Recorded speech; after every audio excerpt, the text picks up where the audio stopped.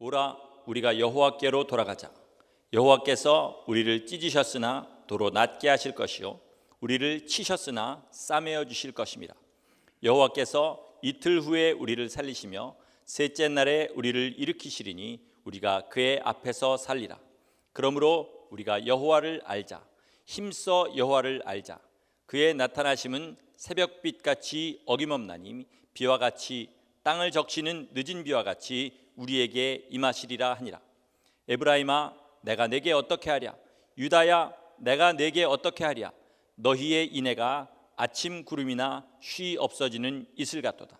그러므로 내가 선지자들로 그들을 치고 내 입의 말로 그들을 죽였노니 내 심판은 빛처럼 나오느니라. 나는 인애를 원하고 제사를 원하지 아니하며 번제보다 하나님을 아는 것을 원하노라. 아멘. 하나님과의 우리 사이에 가장 필요한 것이 무엇이냐? 그것은 뭐냐면 사랑입니다. 하나님께서 먼저 우리를 그 아들을 주시기까지 사랑하셨는데 우리도 그 사랑을 알고 하나님께 그 사랑을 드리면 그 관계는 온전한 관계이고 하나님께서 그 사람을 기뻐 받으십니다.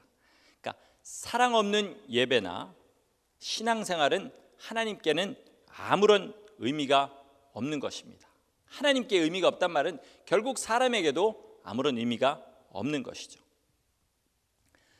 아마 주님 오시기 전까지 제가 이 얘기를 최소한 100번 이상은 하지 않을까 싶습니다. 그건 뭐냐면 하늘나라는 하나님과의 사랑의 관계가 전부인 나라입니다. 그러므로 그 얘기를 잘 생각하면 이 땅에서도 하나님 나라는 여기 있다 저기 있다 할 것이 아니요 너희 안내인이라 하시라는 그 말씀이 무슨 뜻인지 우리 잘 알 수 있습니다. 우리가 하나님을 온전히 사랑하게 되면 이 땅에서 우리가 하나님 나라를 맛보게 되는 것입니다. 다만 육신이 있기 때문에 고난을 겸하여 받을 수밖에 없는 것이죠. 오늘 본문에 보면 하나님의 나타나심이 새벽빛같이 일정하시다. 절대로 변하지 않으신다. 이렇게 말씀을 하십니다.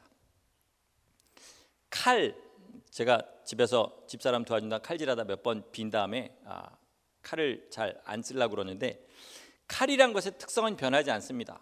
근데 이상하게 저희 어머니나 저희 집사람이 쓰면 손도 안 비고 잘 하는데 저는 어쩌다 한번 잡으면 꼭 그렇게 손을 비는 그런 일이 있습니다. 그 특성을 잘 사용하면 우리 사람에게 참 유용하게 쓸 수 있는 것이고 그렇지 않고 잘못된 방향으로 그걸 사용하면 다치거나 죽을 수도 있습니다. 그러니까 무엇인가 변하지 않고 일정하다면 그것을 사용하거나 받아들이는 사람이 변화할 때 그것이 참으로 그에게 생명이 되든지 아니면 해가 되든지 둘 중에 하나가 되는 거죠. 하나님의 사랑, 하나님의 말씀의 성취, 그가 이루신 속죄의 영원한 제사의 능력, 그리고 그가 마지막에 하실 심판이 일정합니다. 절대 사람은 티끌만큼도 변화시킬 수 없기 때문에 그러면 누가 변화해야 그것이 그 사람에게 축복이 되느냐? 그것은 받아들이는 사람입니다. 그런데 알게 모르게 우리는 하나님께서 변화하시기를 그렇게 기대하는 그런 경향이 있지요. 지난주와 이번 주에는 예배에 관한 얘기를 드리고 아마 다음 주에도 그러지 않을까 싶습니다. 우리가 삶의 예배가 바로 이루어지면요, 그것이 우리 신앙생활의 전부입니다. 문제는 뭐냐면 여기에서 모이는 시간이 신앙생활의 전부인 사람들이 이제 문제인 거죠. 여기서 모일 때는 다 지금 아무도 안 주시고 설교 말씀을 들으시는 홍해의 기적이 일어나고 있는데 이 시간이 예배의 전부라고 생각하고 여기서만 집중한다고 우리가 예배를 잘 드리는 사람이 아니라는 겁니다. 어떤 교회 가면 이제 안내하시는 분들이 들어가시는 분한테 이렇게 얘기합니다. 예배 성공하세요. 예배 성공하세요. 이렇게 얘기합니다. 이것은 분명히 축복의 말입니다.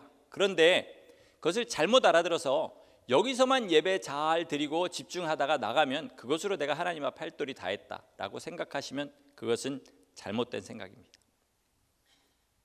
여기 앉아 계신 분들 중에도 그런 생각을 가진 분들이 있을 수 있습니다. 하나님의 살아계심도 믿고 또 반대로 자기 욕심도 포기하지 못하기 때문에 그렇기 때문에 이 자리에 앉아 있는 거죠. 하나님의 도우심이 필요하니까 내 욕심을 이루기 위해서는 또 하나님을 무시하면 벌 받을 것 같으니까 그래서 예배에 나올 수도 있습니다. 하나님께서 그런 예배는 원하지 않으시고 받으시지도 않습니다. 다만 다만 하나님이 살아계시다는 걸 믿고 그렇게 나오는 우리의 심령을 보고 오늘도 하나님께서 우리에게 기회를 주시는 것이죠. 그러니까 여러분 예배에 나왔다는 게 그런 마음이 없으면 다음 주부터 집에서 주무세요 이 말을 드리는 게 아니라, 그렇죠? 우리 하나님 앞에 나올 때 정말 하나님 원하는 심정으로 나올 수 있도록 하시고, 그래도 아직 그 심정이 안 된다 할지라도 이 시간이라도 사모하고 나오셔서 이 시간을 통해서 변화받으시기를 예수 이름으로 간절히 축원합니다.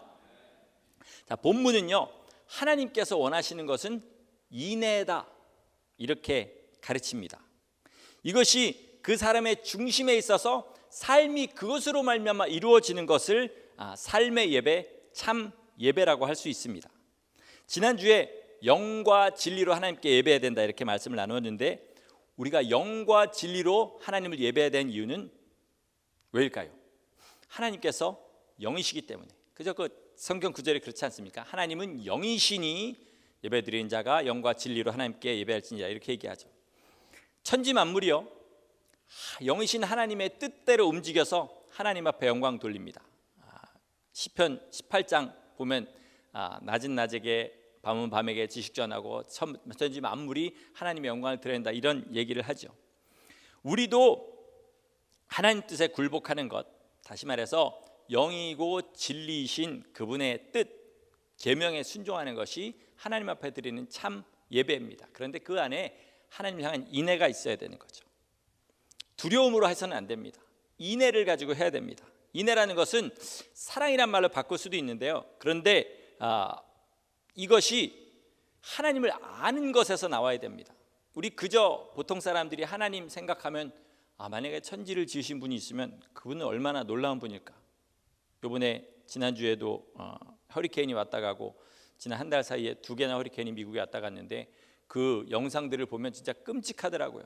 저런 것들을 마음대로 다스리실 수 있는 그분은 얼마나 대단한 분이고 얼마나 지혜로운 분이고 얼마나 큰 능력이 있으신가. 만약에 그분이 우리를 심판해야 하신다면 그것이 얼마나 두려울 것인가, 이런 생각을 하게 되는데, 그러나 성경을 깊이 읽어보면 그분이 그렇게 두려우신 분일 뿐만 아니라 무엇을 하게 됩니까? 우리를 그 육신을 찢어서 살리시기까지 사랑하시는 분이라는 사실을 알게 됩니다. 구약 성경은 사람들이 대부분 대선지서나 소선지서가 이스라엘 향한 저주의 말씀이라고 생각하는데요, 여러분 한번 읽어보시면 이렇게 말해서 좀 죄송하지만 이거는 좀 용두사미 같은 느낌. 앞에는 겁을 많이 주시고 뒤에 가면 뭐라 그러시냐면 내가 너희를 그래도 사랑한다, 너희를 그래도 내가 살릴 거다, 이스라엘아 내 자식아 내 아들아 내 딸아 부르시면서 그 이스라엘을 용서하시겠다는 그 하나님의 마음이 구구절절 복음서보다 더 어떤 때는 강하게 우리 마음을 때릴 만큼 주님은 이스라엘을 향해서도 우리를 향해서도 사랑이신 겁니다. 그 사랑을 깊이 깨닫고 그 사랑에 감사해서 우리에게 생명으로 열어놓으신 그 계명에 순종하는 것이 뭐냐면 우리 삶의 예배라는 거죠. 인애라는 말의 히브리 원어는 뭐냐면 헤세드라는 말입니다. 이게 그 모래가 많은 지역의 중동 지방은 꼭 이 발음이 있는데, 그게 그 바람을 통해서 입에 들어간 모래를 뱉어내면서 말을 하려 보니까 그렇게 됐다라는 그런 얘기가 있습니다. 다시 한번 우리 같이 잠들 겸 해보실까요? 헤세드, 이렇게. 이것은요, 하나님께서 우리에게 주신 근본적인 선량함, 친절함, 신실함, 그러니까 하나님께서 우리에게 주신 아주 좋은 성품을 얘기하는 겁니다.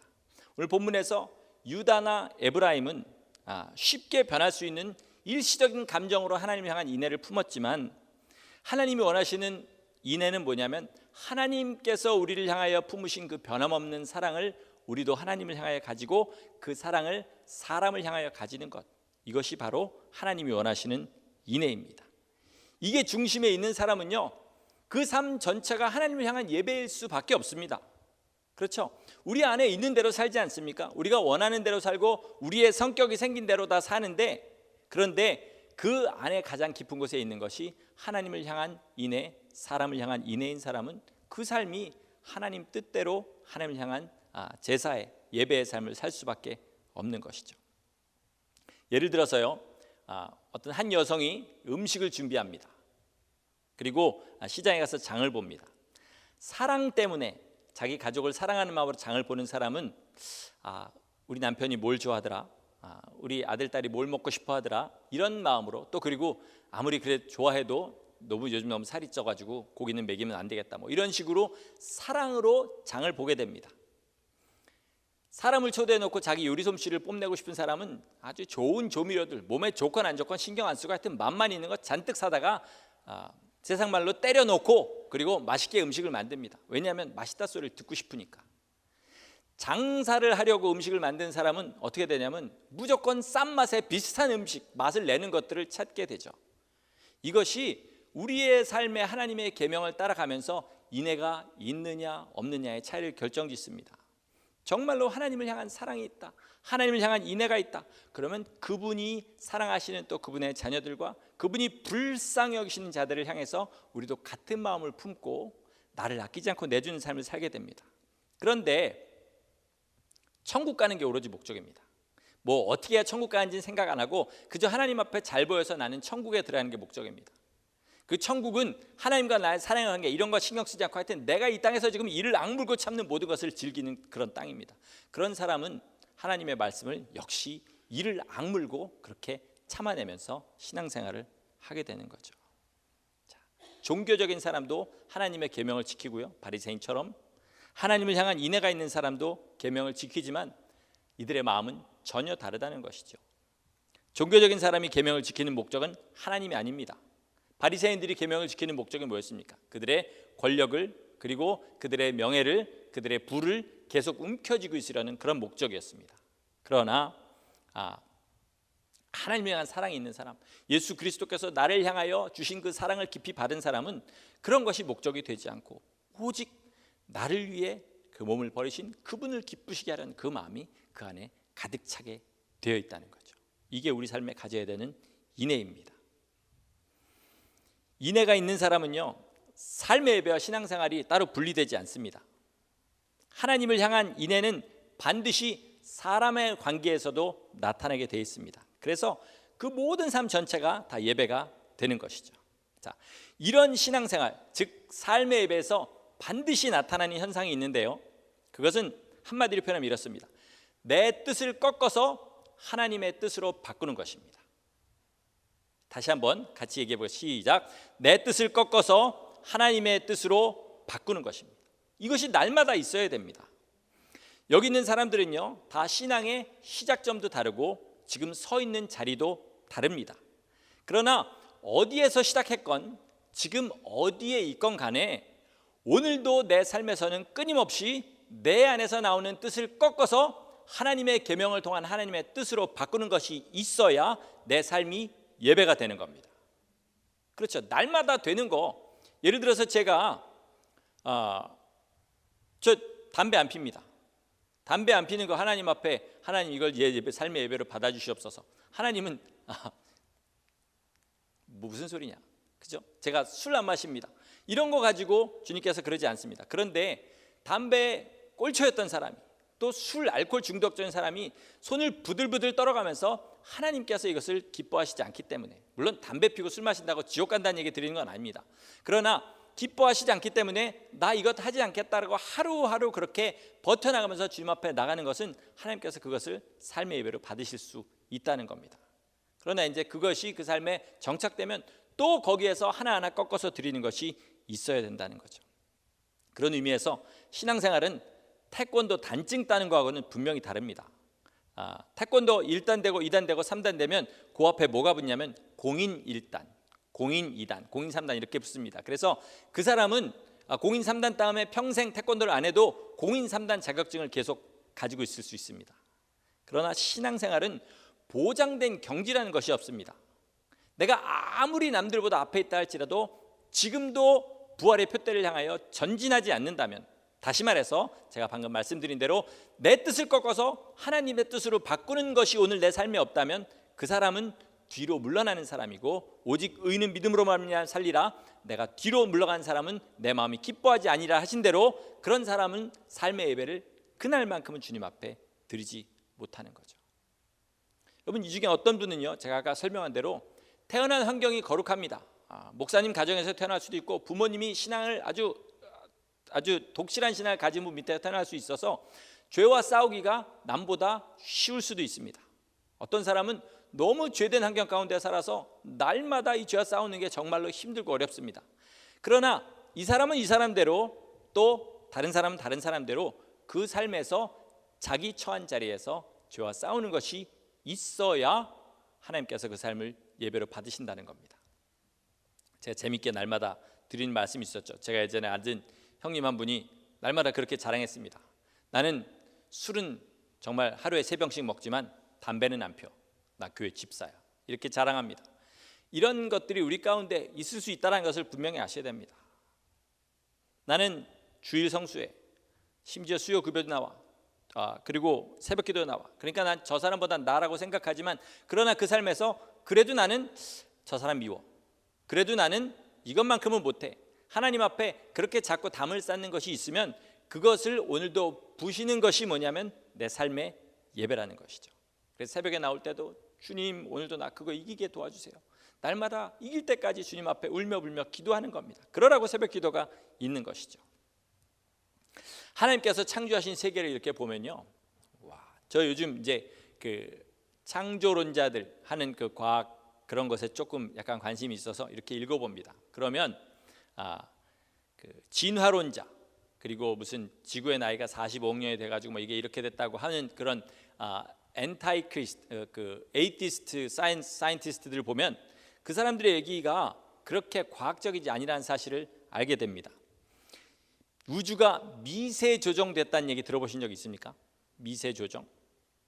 우주가 140억 광년, 또 과학 얘기하면 제가 이거 사람들을 주무시게 만드는 그런 얘기가 될 수 있을지 몰라서 아주 짧게 얘기할 테니까 제발 저랑 같이 깨어 있으시기 바랍니다.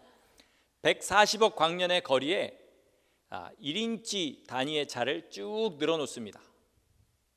그리고 그것이 중력을 좌우하는데 만약에 이것이 1인치만 좌와 우로 옮겨지면 지구상의 생명은 존재할 수가 없다고 합니다. 그것은 10의 82승, 그러니까 1을 쓰고 공을 82개를 붙여야 되는 확률. 한 사람이 날마다 복권을 사가지고 10년 동안 1등할 확률보다도 더 낮은 확률의 그런 것이라는 겁니다. 그것뿐만이 아니라 거기에서 생명이 태어날 확률을 따지면 그거 곱하기 그만큼을 더해도 불가능하다는 겁니다. 그럼에도 불구하고 그것이 오랜 세월이 지나면 가능하지 않을까. 그래서 지구의 나이가 어떻게 되냐면 45억 년이 되고 우주의 나이는 그거보다 더하게 되는 겁니다. 안 되니까. 하나님께서 우주를 이렇게 정교하게 만드셨는데요, 이따가 없어질 것이라고 하지 않습니까? 그러면 하나님의 말씀은 얼마나 더 정교할지 한번 생각해 보시기 바랍니다. 천지가 없어지는 것보다 율법의 1.1획이 없어지는 것이 더 어렵다고 그랬습니다. 그죠? 그러면 우주보다 하나님의 말씀이 더 정교하게 만들어졌다는 겁니다. 율법에서 우리에게 주시는 말씀, 복음에서 주시는 말씀이 그저 주님께서 그때그때 기분 나시는 대로 우리에게 주신 말씀이 아니라 그 가운데 정말로 영원한 생명을 담아서 주셨다는 겁니다. 이것을 믿으셔야 되죠. 아마 제가 10년 후에도 이 자리에 설교를 하고 있다면 이 말만큼 계속하고 있을 것이라고 믿습니다. 그것은 뭐냐면 계명을 무시하는 사람은 참된 그리스도인이 절대로 될 수 없다. 이 계명 중에 지극히 작은 것 하나라도 가르치지 않는 사람은 천국에서 지극히 작다 여김을 받을 것이라고 그랬으니까, 그런 사람에게 자기가 살고 싶은 대로 그저 살면서 나 하나님 믿어라고 만약에 그렇게 하고 싶은 분이 있다면 그런 사람에게 가장 좋은 길은 뭐냐면 몇 년이 주어진 삶이 남았던 그 남은 삶을 마음대로 즐기고 사시는 게 좋습니다. 그리고 하나님 앞에 가게 될 겁니다. 그리고 그것이 하나님을 배우는 처음이자 마지막이 될 것이라는 게 문제입니다. 그러므로 우리가 하나님의 말씀대로 살려고 몸부림을 쳐야 되는 가장 큰 이유는 뭐냐면 그것이 우리를 십자가로 이끌기 때문에 그렇습니다. 여러분, 십자가가 있습니다. 우리 집안에 우리 교회에 있는 것하고 똑같은 큰 물통이 있습니다. 근데 겨울에는 그 물이 잘 안 없어져요. 여름이 되면 그 5갤런짜리 물통이 금방 없어집니다. 왜 그러죠? 목이 마르기 때문에. 똑같은 물이 거기 있지만 목이 마를 때는 빨리 없어지고 목이 마르지 않으면 없어지지 않는다는 겁니다. 십자가가 무엇이냐? 우리의 생명줄입니다. 아무도 십자가를 의지하지 않고는 주님 앞에 갈 수 없고 구원받을 수 없습니다. 율법의 말씀을 온전하게 하나도 빠짐없이 다 지킨다 할지라도 십자가 보혈의 공로 의지하지 않고는 아무도 천국에 들어갈 수 없습니다. 문제는 어디에 있냐면 십자가 보혈의 공로는 처음 거듭날 때만 힘입고 마는 것이 아니라는 게 문제입니다. 일평생 그걸 붙들고 의지해야만 됩니다. 하나님 앞에 갈 때도 그것을 붙들고 있어야만 됩니다. 그러려면 어떻게 해야 됩니까? 처음에 했던 회개 같은 회개가 날마다 나는 이거 없으면 안 되는구나라는 그런 내 마음이 주님 앞에 간절해야 그 앞에 갈 수 있다는 거죠. 그러면 계명대로 살려고 하지 않는 사람이 과연 그런 마음을 가질 수 있는 길이 있겠습니까? 얼마 전에 저희 애가 예방주사를 맞으러 가려고 그래갖고 그 키를 재는 거기에 갔는데 안타깝게도 3년 사이에 제가 키가 1cm가 줄었더라고요. 몇 cm인지는 극비상이기 때문에 말씀드리지 않겠습니다. 그런데 여러분 예를 들어서 육군 의장대에 들어가려면 180 이상이 돼야 된다. 그러면 거기 들어가고 싶은 사람은 키를 재보지 않겠냐는 거죠. 날마다 키를 재보죠. 오늘 178인데 빨리 더 먹고 뭐 먹으면 크나 그렇게 하게 된다는 말입니다. 율법의 말씀대로 하나님이 주신 계명대로 예수께서 산상수훈에 말씀하신 대로 그렇게 살려고 힘을 다해봐야 무엇을 하냐면 나는 턱없이 부족하구나라는 사실을 알게 된다는 거죠. 말씀을 지켜서 우리가 천국에 들어가는 것은 아닙니다. 불가능합니다, 우리한테는. 그러나 그것대로 살려는 피눈물 난 노력이 있어야 예수 그리스도께서 우리를 위하여 당하신 그 고난이 어떤 가치가 있는지를 깨닫게 되고 끊임없는 감사와 회개가 우리 안에 솟아나게 되고 주님을 향한 인애를 가질 수가 있게 되는 겁니다. 그래서 하나님의 계명을 전체로 묶어서 한 단어로 표현하면 예전에 한번 설교했는데 사랑, 한 단어로 표현하면 사랑입니다. 그것을 조금 풀어서 얘기하면 마음을 다하고 뜻을 다하고 성품을 다하여 너희 주 하나님 사랑하고 그리고 내 이웃을 내 몸과 같이 사랑하는 것, 이렇게 풀어져 얘기합니다. 그것을 10가지 구체적인 계명으로 설명하신 것이 무엇이냐면 십계명입니다. 십계명. 그러니까 이것은요, 십계명은 이것을 지켜서 천국 가려고 하는 사람에게는 이가 갈리도록 힘든 의무이겠지만 이 안에 담겨있는 하나님의 뜻과 사랑을 아는 사람에게는 정말 감사이고 찬양이고 사랑이 되는 겁니다. 사랑은 자기 뜻을 꺾지 않고는 절대로 할 수 없습니다. 이기적인 사랑이란 건 뭐냐면요, 자기가 좋아서 하는 사랑이 이기적인 사랑입니다. 그러다가 그 사람이 싫어지면 언제든지 버릴 수 있는, 그것이 뭐냐면 이기적인 사랑이죠. 그래서 지난주에 제가 뭐라 그랬습니까? 기쁨에 넘쳐서 하나님의 계명을 순종하는 사람과 이것이 하나님의 계명이기 때문에 이를 갈면서 순종하는 사람 중에 누가 더 하나님 나라에 갈 그럴 가능성이 많다고요? 후자라고 그랬습니다. 하나님의 계명이기 때문에 내 마음에 고통스럽고 이를 갈도록 힘들다 할지라도 그것을 순종하는 사람, 이 사람이 뭐냐면 진짜 신앙인이라는 겁니다. 그러니까 미워해야 될 상황에서 사랑하는 사람이 진짜 사랑하는 겁니다. 무슨 말인지 아시겠습니까? 나 세상의 것 너무 좋아. 술, 담배 좋고 그리고 노래방 너무 나랑 체질에 맞아. 뭐 거기부터 시작해가지고 뭐 하여튼 별의별 게 나랑 너무 체질에 맞는 세상 게 너무 좋아. 그런데 왜 하나님 이걸 못하게 하셨을까? 왜 이게 더럽다고 하셨을까? 하나님 더럽다 그러면 아무리 좋아도 나 안 해야지 라고 생각하고 이를 갈면서 그러면서 그 말씀에 순종하는 사람, 나 저 사람 미워서 미칠 것 같아. 보기만 하면 칼로 하고 싶어. 그러나 하나님께서 사랑하라고 하셨기 때문에 사랑하는 사람, 이 사람이 뭐냐면 하나님을 사랑하는 사람이라는 겁니다. 여러분 날마다 나 저절로 되는 거 가지고 이제 새벽에 제가 그렇죠, 5시만 되면 4시 59분에 딱 눈이 떠져서 알람이 울릴 때를 기다려서 알람을 끕니다. 이야 뭐 됐다 이렇게 생각될 때도 있습니다. 그렇지 않다는 거죠. 내가 날마다 이제 되고 자연스럽게 되는 것들은 주님의 은혜로 감사합니다 하는 거고, 내가 지금 안 되는 것들 또 주님 앞에 그렇게 붙들고 울어야 십자가 앞에 나갈 수 있다는 겁니다. 기독교인의 가장 큰 문제가 뭐냐면요, 뭐라고 생각하십니까? 그것은 확실하게 드러난 증거를 부인한다는 겁니다. 내 삶에 신앙이라는 표가 없습니다. 오늘도 내가 십자가를 의지한다는 표가 없습니다. 그럼에도 불구하고 나는 그리스도인입니다. 추워도 의심하지 않습니다. 누가 당신 믿음 없습니다, 당신 요즘에 이상합니다, 그럼 막 진짜로 죽일 듯이 그렇게 달려듭니다. 제가 아는 어떤 부부가 있는데요, 그 아내 되시는 분이 과소비병에 걸렸습니다. 그 남편분이 돈을 적게 벌지 않아요. 그래도 뭐 꽤 많이 법니다. 그럼에도 불구하고 크레딧 카드로 쇼핑하는 돈이 이 남자의 수입보다 많습니다. 그래서 이 남편이 어느 날 자기 수입 명세서하고 그리고 크레딧 카드 비를 2개를 딱 와이프한테 갖다 주고, 이거 한번 봐라, 지금 내가 버는 돈 이거고 당신이 지난달에 쓴 돈은 이거다, 이러면 우리 가정에 살 수 있겠냐? 그런데 그 여자분의 반응이 뭔지 압니까? 절대로 그걸 쳐다보지 않습니다. 절대로 안 쳐다봐요. 나 이거 보기 싫고 나는 그렇게는 못 산다. 남편이랑 그렇게 하고 싸우는 거예요. 여러분, 이게 우리의 모습이라는 겁니다. 하나님 앞에 너 이거 내가 지금 성경 가운데 한 이것들이 지금 네 안에 네 죄로, 하나님께서 복음에서 말씀하신 대로 네가 만약에 네 안에 탐욕을 품고 있으면 나에게 합당하지 않다, 남을 향한 미움을 품고 있으면 합당하지 않다, 음란을 품고 있으면 합당하지 않다, 이렇게 말씀하신 데 불구하고 내 안에 그것이 있지만 나는 보기 싫어. 나는 그리스도인이야. 왜? 나는 주일날 교회 나가니까. 그리고 심지어 나는 구역 예배도 나가고 수요 금 예배도 나가니까. 이렇게 생각하게 되는 거죠. 저는 이게 우리가 깨쳐야 될 가장 근본적인 문제라고 생각합니다. 자기 현실을 그대로 수용하고 인정하는 것. 여러분, 제가 목회자입니다.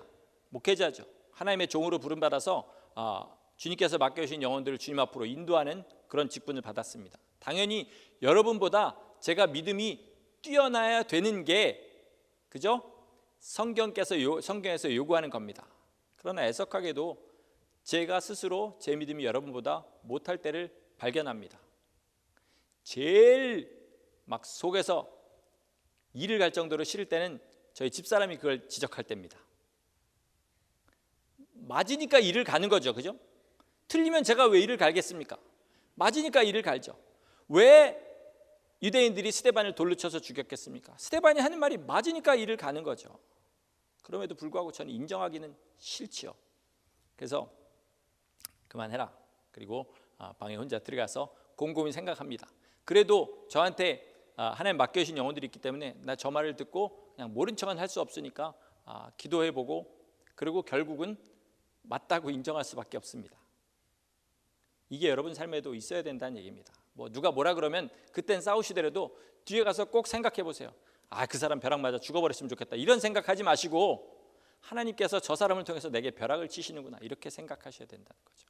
그래서 뭐라고 제가 요즘 많이 말씀을 드리냐면, 남의 비방에 귀를 기울이고 칭찬에는 귀를 닫아버려라. 칭찬은 거의 거짓말이고 비방은 거의 사실이다, 이렇게 말씀드렸죠.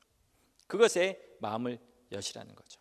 여러분, 만약에 나한테 확실한 증거가 있는데도 내가 그것을 부인한다면요, 우리 배우자가 외도를 하면서 나를 사랑한다고 해도 그것을 그대로 믿어야 됩니다. 그죠? 내가 배고픈데 돌덩어리를 주면서 이거를 씹어 먹어라, 이거 먹으면 배부를 거다, 그러면 그것도 씹어 먹어야 되는 거죠.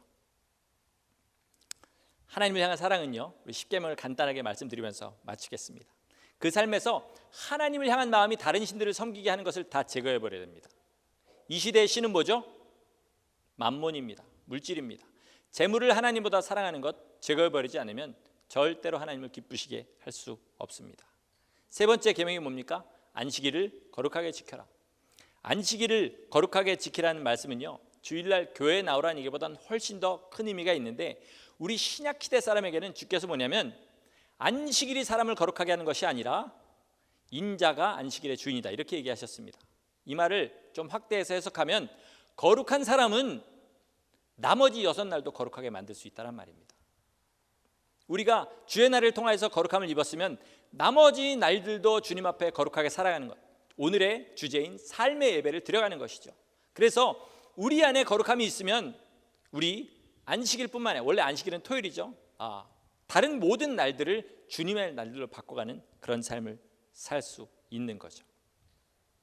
오늘 좀 이따 인사하겠지만 우리 장성 교사님하고 최영원 선교사님 오셨는데, 이스라엘에 갔더니 이스라엘은 교회도 유대인의 안식일 날, 토요일 날 예배를 그렇게 드리고 그 날을 주의 날로 지킵니다. 아무 문제가 없다는 겁니다. 날이 사람을 거룩하게 하는 것은 아니지만, 그러나 우리는 분명하게 주님의 뜻대로 주 앞에 나와야 되고 이 날을 먼저 거룩하게 만들어서 나머지 날들도 거룩하게 만드는 삶을 살아가야 됩니다. 메가더 장군하면 가장 생각나시는 단어 있죠. 여섯 글자. 인천 상륙작전. 남이 빼앗아간 영토를 실제로 거기다 원자폭탄을 10개를 떨어뜨려서 다 거의 몰살하다시피 했다 할지라도 그 다음에 점령군이 가서 거기를 점령하지 않으면 그것은 내 땅이 될 수 없습니다. 마찬가지로 우리가 아무리 하나님 앞에 우리는 주님의 일말씀으로 거룩하게 됐습니다 할지라도 나를 거룩하게 구별해서 하나하나 주님 앞에 드리기 시작해서 그 모든 나의 시간과 나의 생각들을 하나님 앞에 드리지 않으면 그러면 나는 온전히 주님의 소유가 될 수 없기 때문에 여러분 주일에 주님 앞에 거룩하게 사는 것, 세상에 속한 일들 하지 않고 하나님만 생각하면서 주님의 일을 하는 것, 이것이 굉장히 중요합니다. 또 하나님을 향한 사랑은요, 명령에 근거해서 이웃을 사랑하게 만듭니다. 마태복음 25장 양과 염소의 비유가 있죠. 거기서 주님께서 양과 염소를 가르치는 기준이 뭐죠? 다 아시죠? 아시는데 대답 안 하시는 건지는 제가 알고 있습니다. 이 작은 자 중에 한 것이, 하나에게 한 것이 곧 나에게 한 것이다. 이게 기준이 되셨습니다. 그 작은 자들이 누구냐면 갇힌 자, 병든 자, 굶주린 자, 고통당하는 자들.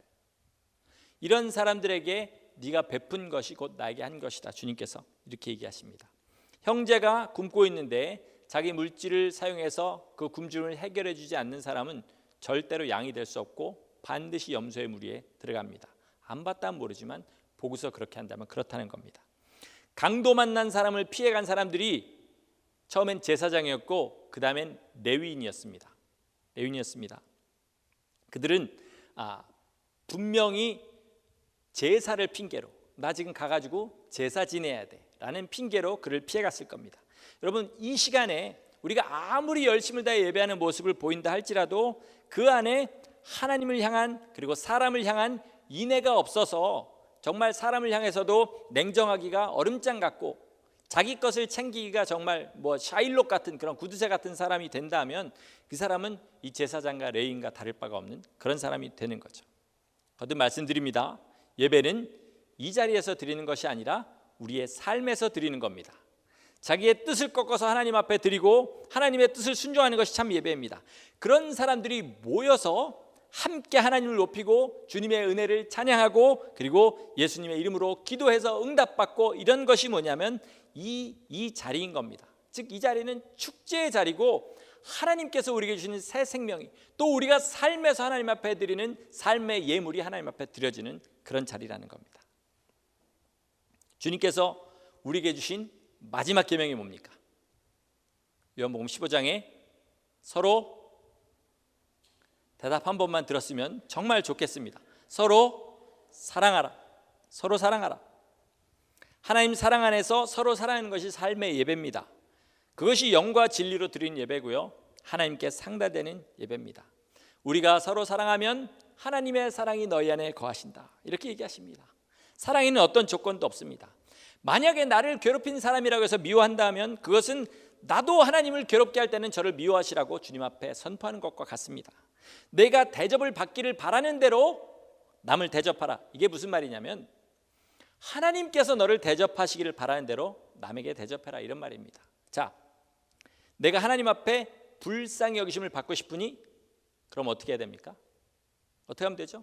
긍휼히 여기는 자는 복이 있나니 저희가 긍휼히 여김을 받을 것이며 남을 불쌍히 여기면 됩니다. 하나님 저를 불쌍히 여겨주세요.